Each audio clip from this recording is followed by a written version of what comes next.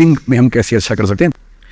मैं आपको एक कहानी से बात शुरू करता हूँ, एक स्टोरी से बात शुरू करता हूँ, रियल स्टोरी। स्टोरी से इसलिए कि स्टोरी से बात समझ में ज़्यादा आती है। और एज ए पेरेंट, मेरा एक बेटा है, 17 का होने वाला है, नहीं होने वाला नहीं, हो गया है, 3 दिन पहले हो गया है, अब ये भी हुआ है। तो 17 की उम्र आप जानते हैं सबसे खतरनाक होती है। आप लोग भी लगभग उसके आसपास होंगे, अभी भी उससे निकले होंगे।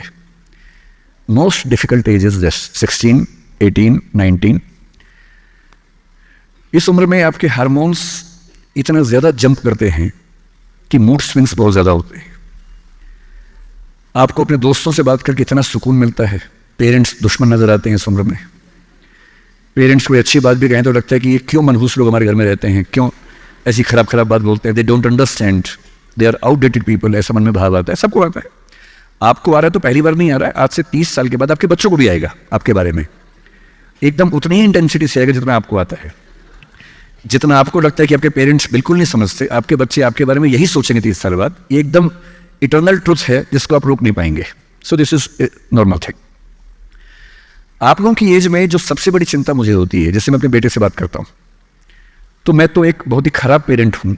खराब पेरेंट का मतलब मैं कभी कहता ही नहीं कि पढ़ो, कभी कहता ही नहीं कि टॉप करो, मैं कभी नहीं कहता। मैं सिर्फ ये कहता हूँ कि बेटा हर साल एक क्लास पास करते रहो, काफ़ी है। बस इतनी साउंड प्रिपरेशन मत करना कि मैं 8वीं क्लास 2 बार में करूँगा, ऐसा मत करना, एक ही बार में कर लो। और मैं कभी परसेंटेज पूछूंगा नहीं आपसे, मैं पूछता भी नहीं, हालांकि वो बता देता है, लेकिन मुझे उसमें इंटरेस्ट है नहीं। वट एवर परसेंटेज ही गेट्स।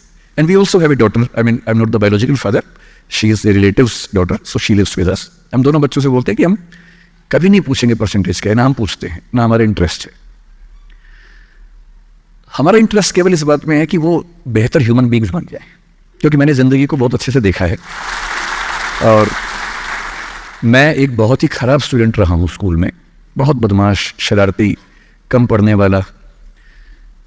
पर दिमाग इतना था कि 10 दिन 20 दिन पढ़ के अच्छे नंबर आ ही जाते थे। तो मेरा दिमाग कहता था कि जो काम 10 दिन का है उसके लिए साल क्यों ख़राब करूँ। तो जब 10 दिन में हो ही जाता है तो 10 दिन ख़राब करेंगे उसमें। और दूसरी बात, ओवर द ईयर्स मैंने ये सीखी है कि जो मैंने स्कूल में पढ़ा था उसमें से बहुत कम ज़िंदगी में काम आता है। मैंने ट्रिगोनोमेट्री पढ़ी, मेरी ज़िंदगी में कभी काम नहीं आई। मैं कभी थीटा बीटा लगा ही नहीं पाता कहीं पर भी, आज तक यूज़ नहीं किया मैंने थीटा, कहाँ यूज़ करूँ, काम ही नहीं आया। मैंने दुनिया भर के नक्शे रटे थे स्कूल में, कहीं काम नहीं आए। जब किसी देश में घूमने जाता हूँ वहाँ का नक्शा देख लेता हूँ और बचपन वाला याद भी नहीं आता, फिर से देखना पड़ता है। सीधी सी बात है। तो मैंने फील किया कि ज़्यादातर चीज़ें जो स्कूल में हम पढ़ते हैं, कॉलेज में पढ़ते हैं, वो जो नॉलेज है वो ज़िंदगी में बहुत काम नहीं आती। जो काम आता है वो और चीज़ें, मैं उस पर ज़्यादा बात करूँगा आपसे। लेकिन मेरी चिंता एज ए पेरेंट, और क्योंकि आप बच्चे उसी उम्र में हैं, मैं लगभग 50 साल का हूँ, तो आप मेरे लिए लगभग उसी रोल में हैं कि आप मेरे बच्चे जैसे हैं। क्योंकि जो बच्चे होते हैं ना, अपने पेरेंट्स से भी नफरत करते हैं, दूसरों के पेरेंट्स की सुन लेते हैं बात। तो आप मेरी बात सुन लेंगे, अपने घर में नहीं सुनेंगे। जैसे मेरा बेटा मेरी बात नहीं सुनता है, वो शायद यहाँ सीएम साहब की बात सुन लेगा। तो दूसरों की बात सुनना आसान होता है, अपने पेरेंट्स की बात सुनना मुश्किल होता है। तो आप सुन रहे हैं, इसलिए मैं सुना रहा हूँ आपको। तो जो कहानी मैं आपको सुनाना चाह रहा हूँ एक रियल कहानी है, और मेरी सबसे बड़ी चिंता अपने बच्चों को लेकर, आपको लेकर वही रहती है। मैं जब भी कोई कहानी सुनाता हूँ, नाम, जगह, वो सब बदल देता हूँ ताकि किसी की प्राइवेसी पर हमला ना हो। सबकी राइट टू प्राइवेसी है ना। एक बच्चा था जिसको मैं जानता हूँ, बचपन से जानता हूँ, बहुत ही ज़बरदस्त आर्टिस्टिक बच्चा, म्यूज़िक का उस्ताद।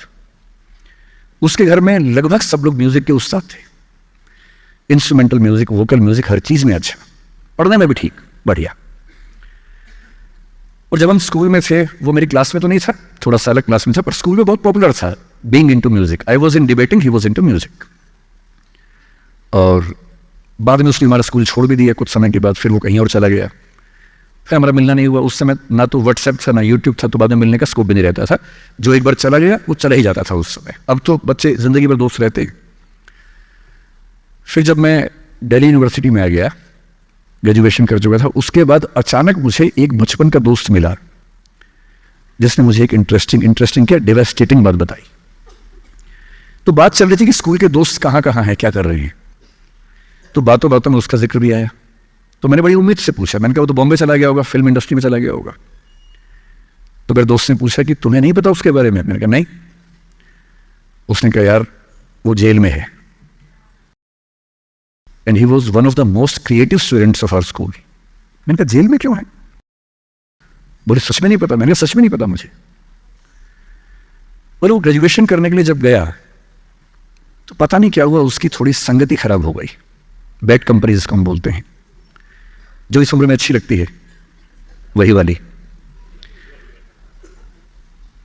तो कॉलेज लाइफ में थोड़ी बहुत बैड कंपनी सबकी होती ही है, हल्की फुल्की होती है, एक सामान्य बात है। अच्छा, बच्चा बच्चा ना रहे ये भी तो अच्छी बात है ना, थोड़ा बचपन तो जीना भी चाहिए, थोड़ा शरारतें करनी भी चाहिए, पर किसी किसी का दुर्भाग्य होता है कि ज्यादा हो जाता है। उसके साथ ऐसा हुआ। उस सब प्रोसेस में उसको ड्रग्स की आदत लग गई। और ड्रग्स की आदत, ड्रग्स एक ऐसी चीज है, एडिक्शन ऐसी चीज है कि उसमें वन वे रास्ता होता है, टू वे नहीं होता है। आप जा सकते हैं, वापस नहीं आ सकते। मतलब 1000 लोग जाएंगे तो उनमें से एक आध वापस आएगा, वो भी इतनी मुश्किलों से जो ऑलमोस्ट इम्पॉसिबल है। I have seen many such cases. Social welfare department से मेरे कई दोस्त ऑफिसर से, तो मैं उनसे जब पूछता हूँ बताते हैं, मैंने ऐसे लोगों को देखा है 10-10 साल से स्ट्रगल कर रहे हैं एडिक्शन से बाहर आने की, नहीं आ पा रहे, खत्म हो गए हैं। उस बच्चे को ड्रग्स की आदत पड़ गई कॉलेज में जाके, पेरेंट्स को पता ही नहीं था। तो जब पेरेंट्स को भनक लगी तो उसको दबाव बनाया कि तुम घर आ जाओ। अब वो जिस कंपनी में था, दोस्तों वाली कंपनी में, वहां अब ड्रग्स बहुत महंगे होते थे, पैसे घर से बहुत कम आते थे, जितने पैसे एक मिडिल क्लास फैमिली दे सकती है। अब वो घर से ज्यादा पैसे मांगने लगा, पैसे मिलते नहीं थे। उसको अपने ही घर के लोगों पर गुस्सा आने लगा। तो एक बार वो अपने घर आया हुआ था छुट्टियों में, और वहां भी वो कुछ कुछ करता रहता था। उसके पेरेंट्स ने उसको बहुत समझाया कि बेटा ऐसा मत करो। और एक दिन इस बात पे झगड़ा बढ़ गया। भैया पेरेंट्स की चिंता समझेंगे आज से 30 साल बाद, जब आपके बच्चे इस एज में होंगे ना, आपकी नानी मर जाएगी उस समय। नानी मरना एक मुहावरा है, इसका मतलब बहुत चिंता में रहेंगे उस समय आप। और उस दिन पता नहीं क्या हुआ, एक झगड़ा हुआ, क्योंकि जो एडिक्शन के शिकार हैं उनका दिमाग उनके कंट्रोल में नहीं होता है। यहां तक कि जो ड्रिंक करते हैं, ड्रिंक एक लेवल से ज्यादा कर लें तो दिमाग कंट्रोल से बाहर निकलने लगता है। ड्रग्स में तो ये एलिमेंट बहुत ज्यादा होता है। और आधी रात को उसने क्या किया, उसने अपनी फैमिली के 5 लोगों का मर्डर कर दिया। मर्डर। उसने खाने में जहर मिलाया, लगभग सब लोग उससे मर गए। एक मेंबर नहीं मरा क्योंकि उसने खाना खाया नहीं उस दिन, तो उसको उसने अर्क से मारा। और ये बात है जब उसकी उम्र लगभग 17-18 साल की थी, या 19 के आसपास रहा होगा। उसके बाद वो जेल गया। मुझे उसके बाद से पता ही नहीं कि क्या हुआ, फांसी हुई या उम्र कैद हुई या क्या हुआ, ना तो मुझे पता है, ना मैं इंटरेस्टेड हूँ जानने में। मैं उसका नाम हम सब जानता हूँ, एंड 1-2 क्लास स्कूल में ऐसी थी कि वो हम आसपास थे, जानते थे, पहचानते थे एक दूसरे को। मेरी सबसे बड़ी चिंता ये होती है बच्चों को लेकर कि किसी भी गलती से वो ड्रग्स में ना चले जाए। आप सबसे रिक्वेस्ट कर रहा हूँ हाथ जोड़ के, कुछ भी कर लेना, ये मत करना। बदमाशी करो, शरारत करो, थोड़ा इश्क विश्क होगा करो, कोई दिक्कत नहीं। किसी को चीट मत करना, ड्रग्स में मत जाना, क्योंकि इन रास्तों पे जाने के बाद वापसी का रास्ता नहीं है, पूरी जिंदगी खत्म हो जाती है। एक शायर ने कहा है, बस एक कदम गलत उठाता राह शौक में, राह शौक का मतलब शौक के रास्ते पर चल पड़े थे। बस एक कदम गलत उठाता राह शौक में, मंजिल तमाम उम्र मुझे ढूंढती रही। मेरी मंजिल जिंदगी भर मुझे ढूंढती रही, कहां चला गया? सिर्फ एक गलती हुई थी और उस एक गलती ने कहीं का नहीं छोड़ा। आपको लग रहा होगा कि ये तो पापा जैसा है, प्रीच कर रहा है हमें, पापा डोंट प्रीच वाला भाव मन में आ रहा होगा आप लोगों के, पर मेरा काम ही है, मैं क्या करूं। मुझे जितनी चिंता अपने बच्चे की उतनी आपकी चिंता है, तो मैं तो बोलूंगा। आप मानेंगे नहीं मानेंगे आपकी मर्जी है, लेकिन ईश्वर ना करे कुछ गलती हुई तो बाद में आप इस बात को याद जरूर करेंगे कि किसी ने समझाया था हाथ जोड़कर, और हम उसके बाद भी नहीं समझे थे। कुछ भी करना, उस रास्ते पर मत जाना। और इस रास्ते पर लोग क्यों जाते हैं? इसकी जो साइकोलॉजी में सबसे बड़ा रीजन है, उसको पीयर ग्रुप प्रेशर कहते हैं। पीयर ग्रुप का मतलब है आपके दोस्तों का ग्रुप, गैंग, जिसको गैंग कहते हैं। जो डेवलपमेंटल साइकोलॉजी है, जो साइकोलॉजी स्टडी करती है कि बच्चे जैसे जैसे बड़े होते हैं उनकी साइकोलॉजी कैसे चेंज होती है, इसको बोलते हैं डेवलपमेंटल साइकोलॉजी। उसमें माना गया कि ये जो एज है टीन एज, ये गैंग एज है। गैंग एज का मतलब 3-4 दोस्तों का ग्रुप होता है, वो गैंग की तरह से ऑपरेट करता है। एकदम सीक्रेट्स रहते हैं उस ग्रुप में, आपस में बातें करते हैं, जैसी कोई आसपास से निकलता चुप हो जाते हैं।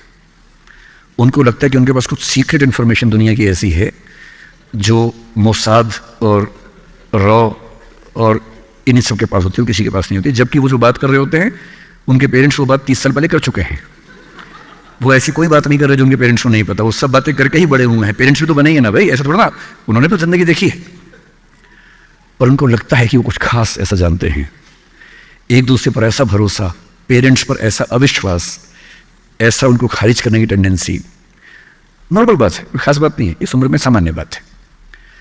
पर डेवलपमेंटल साइकोलॉजी जब हम पढ़ते हैं तो उसमें कहते हैं कि जो बच्चा होता है 1-2 साल तक का, उस पर सबसे ज़्यादा असर उसकी माँ का होता है, क्योंकि माँ उसके लिए पूरा संसार है।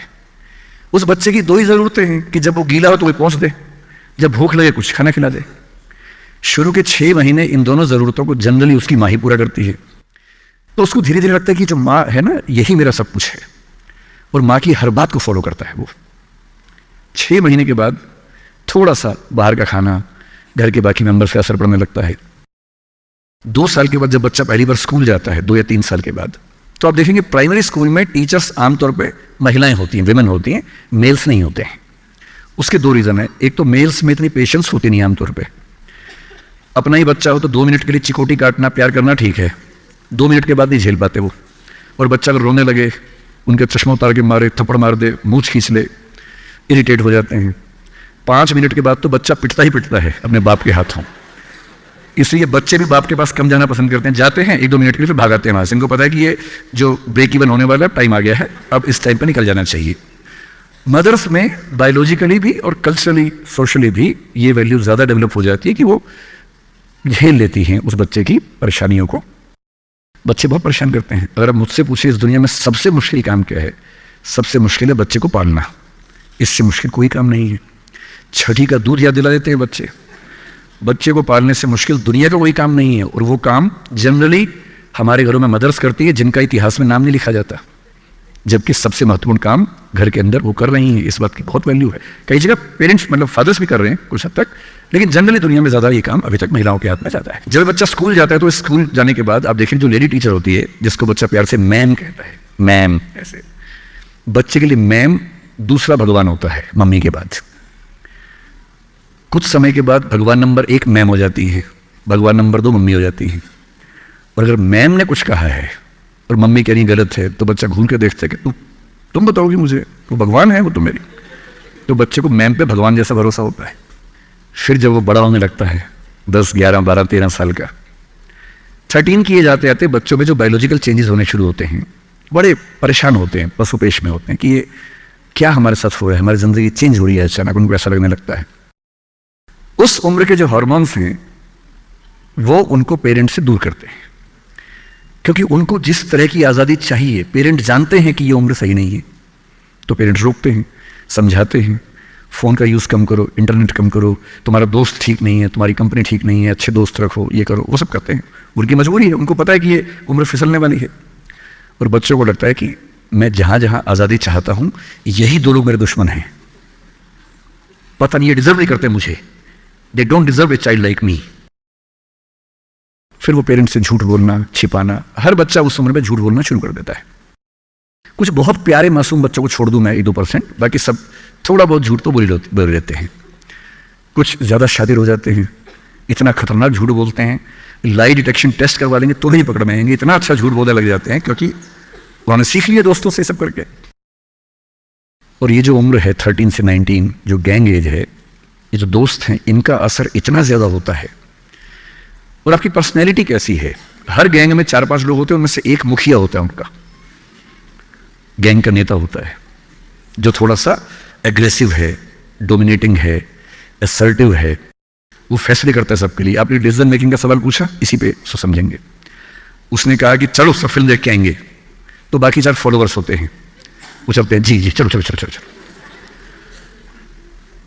इन सबका सेल्फ रिस्पेक्ट का लेवल अलग अलग है। जो नेता है उसमें सेल्फ रिस्पेक्ट बहुत ज़्यादा है, इतनी ज़्यादा है कि वो दूसरों की सेल्फ रिस्पेक्ट की धज्जियाँ उड़ा देता है। वो ये मान के चलता है कि मैं राजा हूँ, जो मैं कहूँगा वही होगा। और जो बाकी 4 भेड़ बकरियाँ हैं जिनमें कॉन्फिडेंस की कमी है, असर्टिव नहीं है, सबमिसिव हैं, दब्बू हैं, डरपोक हैं, वो बेचारे उसकी बात को फॉलो करते हैं। और ये जो 4 हैं ना, इन पे खतरा बहुत ज़्यादा है, क्योंकि जो नेता है वो पहले से बिगड़ा हुआ है, वो हैबिचुअल है कई चीज़ों का, और वो इन 4 को बोलता है आज हम सब ड्रग्स ट्राई करेंगे। पूछ नहीं रहा है, बता रहा है। अब इन 4 में से एक के मन में है कि ना करूं, मम्मी ने उसको 1000 बार समझाया कि बेटा ये मत करना, वो बेचारा बोल ही नहीं पा रहा, घबराहट हो रही है उसको। बड़ी मुश्किल से मिमियाते हुए एक वाक्य उसने बोला, मिमियाना मतलब बिल्ली की तरह से बोलना, कैट की तरह से बोलना। उसने कहा यार मम्मी ने कहा था ठीक नहीं होता है। अब उसके बाद जोर से ठाका मार गया, ये देखो मम्मी का बच्चा, ये देखो मम्मी का बच्चा, इसको दूध पिलाओ इसको, बच्चा है, ये तो बड़ा ही नहीं हुआ, ये तो मर्द ही नहीं बना अब तक। हम तो मर्द हैं, हम तो बड़े हैं, हम तो ग्रोन अप हैं। इस बच्चे की सेल्फ एस्टीम, सेल्फ रिस्पेक्ट इतनी कम है कि डर जाएगा, एकदम घबरा जाएगा। 3 लोग बोलेंगे अरे कुछ नहीं होता, अरे कुछ नहीं होता, आजा, अरे कुछ नहीं होता, कर ले ट्राई, हम भी तो कर रहे हैं, कर ले ट्राई। और इसी प्रेशर में ये बच्चा पहली बार ऐसी गलती करेगा। और मैंने पहले ही कहा कि रास्ता एक तरफा है, वापसी का रास्ता नहीं।